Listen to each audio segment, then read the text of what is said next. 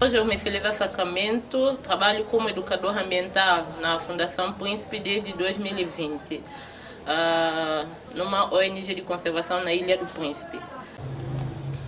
A Ilha do Príncipe possui uma vasta biodiversidade e também é rica em endemismo. A Fundação Príncipe tem como missão contribuir para o desenvolvimento sustentável da ilha através de projetos de conservação da biodiversidade e da promoção de iniciativas de desenvolvimento econômico.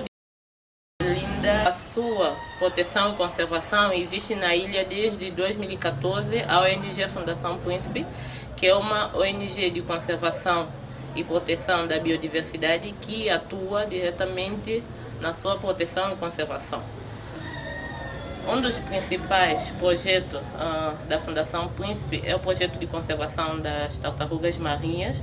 A visão do Protetuga é tornar a Ilha do Príncipe um santuário para as tartarugas marinhas e um exemplo no mundo para a conservação desta espécie. Mas para atingirmos essa visão, temos a missão de integrar todas as comunidades de forma que elas possam trabalhar em prol da conservação para manter as nossas praias limpas e a água do Príncipe um lugar próprio para as tartarugas marinhas. Nessa visão, o projeto realiza diversas atividades, como ações de limpezas que são feitas nas praias, onde os lixos são recolhidos e depois separados. Já retiramos das praias cerca de mais de 100 toneladas de lixos orgânicos e também mais de 150 quilos de lixos inorgânicos.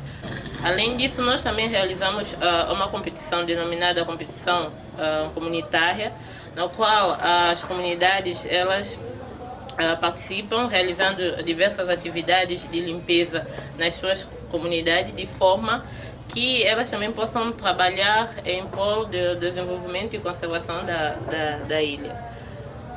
O projeto Protetuga criou um grupo das senhoras que trabalha também juntamente conosco nesse processo de conservação, onde os lixos que são retirados das praias, principalmente os chinelos, elas pegam nesses chinelos e transformam em joias que depois são vendidos, com o objetivo de ajudar a diminuir os lixos nas praias e também uma das formas de dar uma alternativa de renda para elas e suas famílias.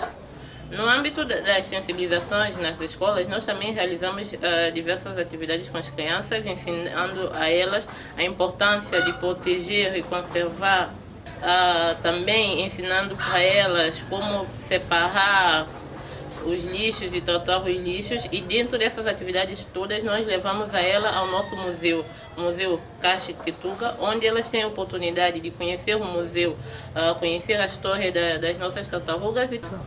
Essas são algumas das atividades de conservação e da biodiversidade que a Fundação Príncipe vem realizando, com o objetivo de alcançar a visão um príncipe pristino para todos os principenses no coração do mundo.